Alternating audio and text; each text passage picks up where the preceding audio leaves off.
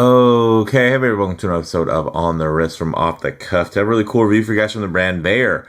Founded back in 2016 out of Venice, California in LA County in the good old US of A.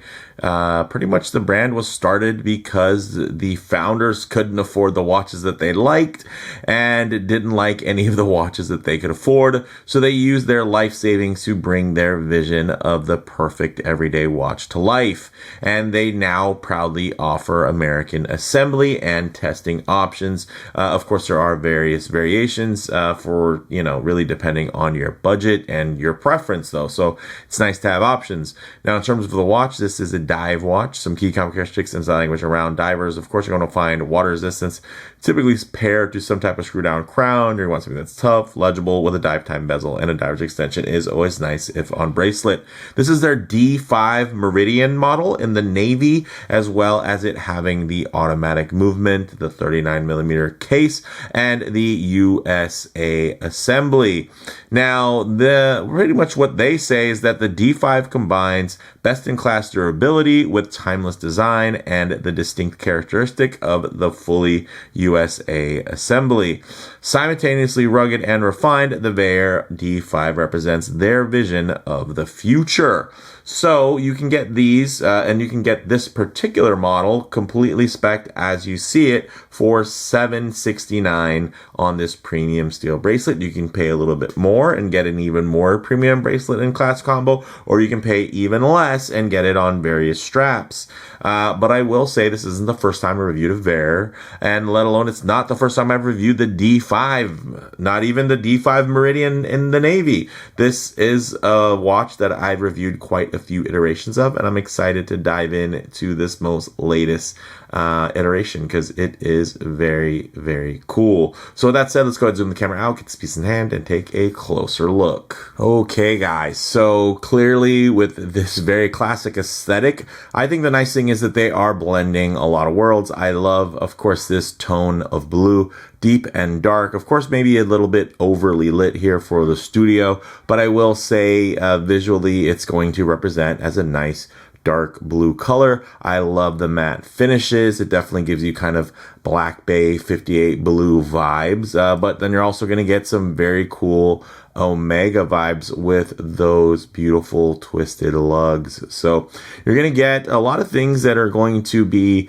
familiar, but not to the level of it feeling unoriginal. And I really like that they hit that very nice balance. Everything from the sword hands to the very interesting play of the different shapes there for each indice, but then they're still doing things that we like using ceramic, even though this is a matte ceramic insert, it's still ceramic. It's loomed. Also, you're going to have the date at 6 o'clock, which a lot of people love. And then you're going to have it color matched. Again, another nice quality. And in terms of everything else, I mean, yes, I've reviewed various iterations of this, but they have been making some updates, not just to the looks in terms of the particular aesthetic, but even little things like the coin edge bezel has been reworked. So I do like what I see here. There's definitely a lot there that I enjoy, and I think it's things that other people ask for in the comment section of many of my videos. So it's nice to see that there's some level of, hey,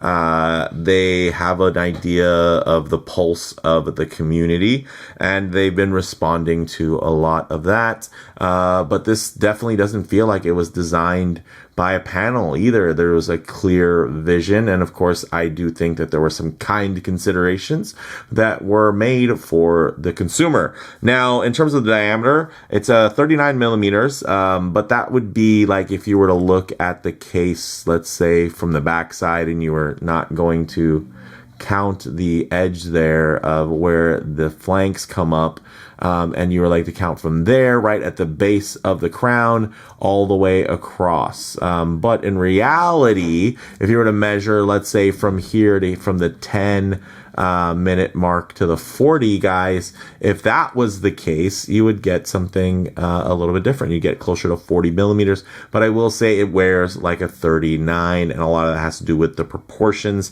and of course the general shape. Now, You're going to have a 12.3 millimeter thickness. Another thing that they refined down since the last D5 that I reviewed. So it's thinner, thankfully, which everybody enjoys it being a bit thinner. Some of that is due in part to the fact that now it has a flat sapphire crystal, but it still does retain that inner acti reflective coating.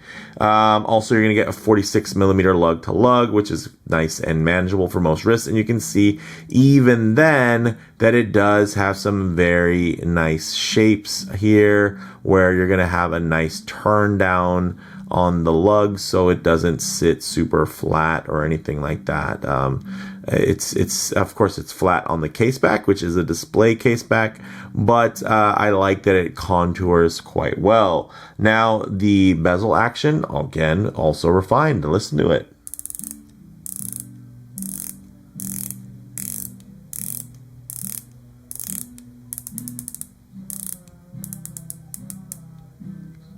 Quite good. I do enjoy that. And also you're going to get, not only the sound is refined and the action is a bit more dialed in, but again, even the tactile engagement of the grip of that coin edge. So again, things that I appreciate. 120 clicks. You do have this matte Lume ceramic insert, which folks just love. And of course, a signed screw down crown. And then it is fully signed. You can see it has Vaer spelled out. I like that. In terms of the movement, although you guys did see it earlier slightly, you can see it again here. Check it out. It's your Miyota 9015. So you're getting 40-hour power reserve, beating at 4 hertz or 28,800 vibrations per hour in terms of that beat rate. And it is accurate to -5 to +15 seconds per day. So I dig that. That is, more dialed in than they probably need to at the price point. But it's nice that, of course, they take the time. Now, in terms of the dial, pretty straightforward. Guys, you're going to have it matted, of course, and it looks good. I do like that. And, it has applied indices. You're getting the frame date at 6 o'clock, color matched disc. You're getting multiple finishes on the handset there, guys. Check it out. So you're going to actually have a center strip that is going to be brushed. So nice satinization there, which is going to hold light differently versus the outer flanks, which are going to be high polished. That's the hour and minute hand. Then, of course, you have the nicely painted lollipop seconds hand, and I probably wouldn't have it any other way. I love a white painted second hand. It just is very clean, and I think paired to this very traditional sword hand set here for the hour and minute, even better. And then it is nice that they took the time to, again, add some other ornate detailing in terms of the finishing. Now, it does use BGW9 A grade superluminova, and they have 25 layers, so this should glow pretty nicely. It also has 20 atmospheres or 200 meters of water resistance, which would be equal to about 660 feet. Now, in terms of the bracelet here, you're going to have 20 millimeter lugs, good to make it very, very versatile. So you can have it on quite a few different strap options, but I will say that this bracelet option is a solid one. And again, it's not the most expensive, but it is, quite good. It does have this 3-link style construction here, which is very nice. It has the full nice screw pins with a nice size too, so you can get a nice amount of purchase as you are adjusting. And then it does have a little bit more of the simplified buckle, but I have to say it performs beautifully. It has the push button, it has the flipping lock. It also does have 4 positions of manual micro adjustment, which is quite nice. And then you're going to have the milled folding section, and then you're going to have a bit of a pressed outer shell here, which isn't bad because it does keep everything nice and tapered. Look at this little taper here, 4 millimeters from about 20 millimeters down to 16, and then you're gonna have this about 17.6 millimeter push button flip lock, and I like that. And again, if you wanted something nicer with the toolless, you can pay a little bit more for their Jubilee style bracelet, but I do think that this is going to do the job for most folks. And dare I say, although maybe a little less convenient on the fly, it does give you a bit more versatility in terms of your wearable options when you are adjusting this for the perfect fit. So with that said, let's actually get it on the wrist and see how it wears. Okay, as you can see on my 7.5-inch wrist, or 19 centimeters in circumference, it wears quite nicely. Very classic wear there. Nicely centered. Of course, my wrist is a bit on the larger side at about 7.5 inches, but it's also a bit on the taller side. Check that out. It's not super wide, flat, and accommodating by any means. So I do have to be, still thoughtful and considerate when it comes to things like lug to lug and, of course, ultimate dimensions. But again, there's a lot that comes into just the design as well as the ratios in terms of like the dial to bezel ratio, and yeah, there are things that are not just the ultimate numbers. I mean, even here when it comes to the camera and the way that it's perceiving this looks pretty good. It looks pretty true. But if I get my wrist a bit closer to the lens, you're going to get a fair amount of perspective distortion, and all of a sudden the watch looks a lot bigger. Look at that. The watch doesn't seem as well centered on my wrist anymore. Now it seems like it's reaching over, and it's because, again, of that perspective distortion. So I'll keep my wrist nice and low and then just tighten up the frame so that you guys can get still a detailed look, but just add a bit of a truer aspect ratio as to how this may lay on your own wrist. And you can see it's a nice organic flow. Very nice. Great little details here. Again, nothing crazy, nothing luxurious by any means, but in terms of just a tool watch, they definitely go above and beyond, adding complexity, adding little ornate details, as well as just a sharp overall theme that just comes together really well. I really enjoy the way this watch looks, and that's something that's a little tough to say when it comes to unique dive watches. And I do consider this watch unique because it just doesn't have a super, overused or traditional layout. They did go out of their way to kind of create their own design iconography, and I can absolutely appreciate that. But what do you guys think? So with that, we'll get it off the wrist, set up for some Lume shots, the light transition, and closing thoughts. Okay, let's go ahead and hit the lights here. Yes, very nice. Surprisingly bright initial brightness, especially considering that this is BGW9, which is normally known for its cool blue hue that has great longevity, but not necessarily known for its initial brightness. This is, of course, the latest compound in terms of it being grade A, BGW9, and then it does have the thicker applications, which are going to help as well. But I am quite impressed, and this is what you would expect, again, from one of these industry-leading micro brands. But one thing I always like to work in is going to be a bit of a low-light transition, because you're not always going to be out in the middle of a field enjoying direct sunlight. A lot of times you're going to find yourself coming out of buildings, walking underneath overhangs, or just hanging out underneath the shade of a tree. So it is nice with these colors, textures, and finishes render-like in less than optimal lighting. As you guys can see here, guys, very nice, very legible, very clear. Those matte surfaces in terms of the dial and bezel, they just read and render quite true.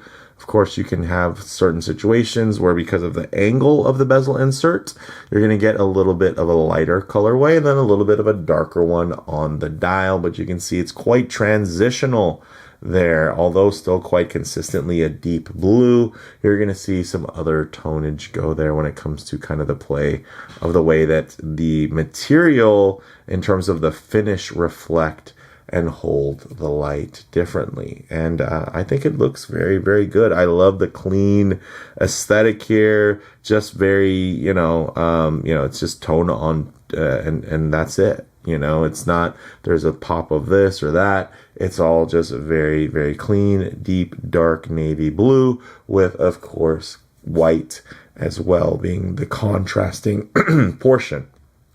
Now, Even the reflective surfaces look quite good, of course. And if you look at that case, it's just like you would expect. It looks quite nice.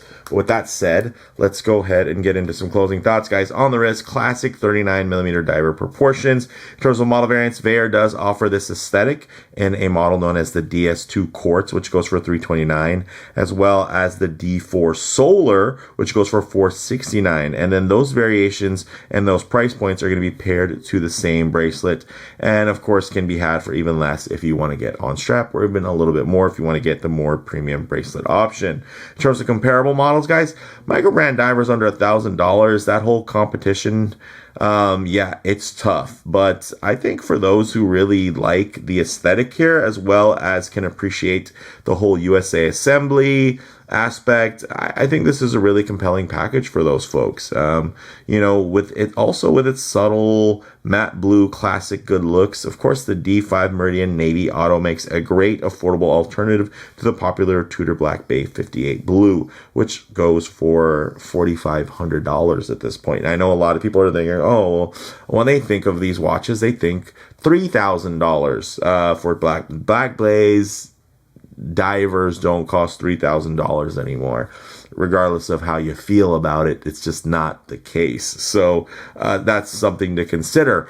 The Black Bay Blue is amazing. The Black Bay 39, I should say, Blue is amazing. I still consider, and I argue with myself about potentially getting one day, but I have other watches that fulfill that space already that I prefer, honestly, that I feel are more impressive. Because the Black Bay, you know, from Tudor is not really an impressive watch. It's a nice, solid watch.